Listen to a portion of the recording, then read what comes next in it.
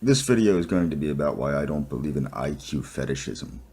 Amongst the white nationalist community and amongst the alt-right and some of these groups, there's a fetishism of the IQ. Now, there was a book written a long time ago called IQ and the Wealth of Nations that I think cherry picks data. And the reason I think that is as follows. One of the things that's interesting regarding, say, Asia, the Mongolian type folks do have higher IQs on average than Caucasoids, as do Jewish people.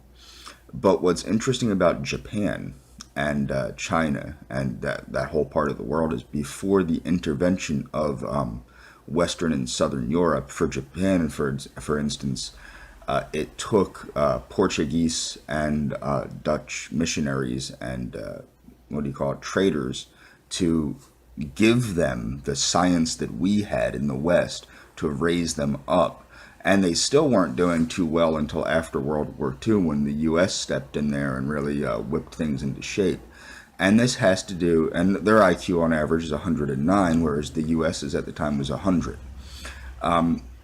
So what you see is there's obviously IQ on an individual basis does seem to matter quite a bit, but even that doesn't say where somebody will be in life.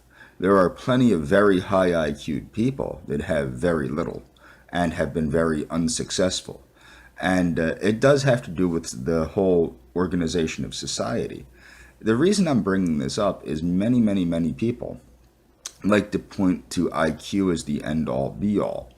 And this is not true, especially in eugenics. See, the thing that happened to eugenics, is, and very quickly I might add, is it became so obsessed with the IQ that it didn't look at any other traits.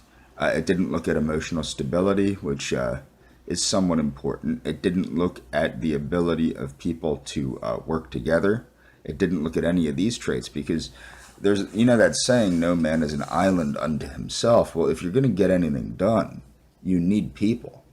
And if you're incapable of working with other people, that's a very bad thing. Now, I know myself and other people, it's not so much that there's difficulty working with other people, it's that the people that you must work with have difficulty working with other people. And that's dysgenics, in my opinion.